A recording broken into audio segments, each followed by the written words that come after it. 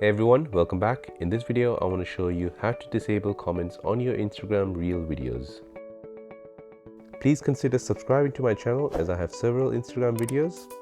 Click on the eye at the top right of the screen to see the playlist. So let's open up your Instagram app on your phone. Go to your profile page by tapping on the bottom right profile tab. Then tap on the Instagram Reel tab, which is the third one from the left. Here you'll find all the Instagram Reels which you have created.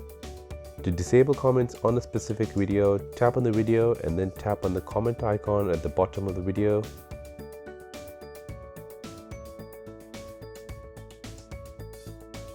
Then tap on the three dots.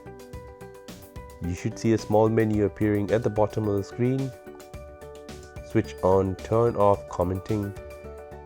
And there you go guys, that is how to disable comments on your Instagram Reel videos.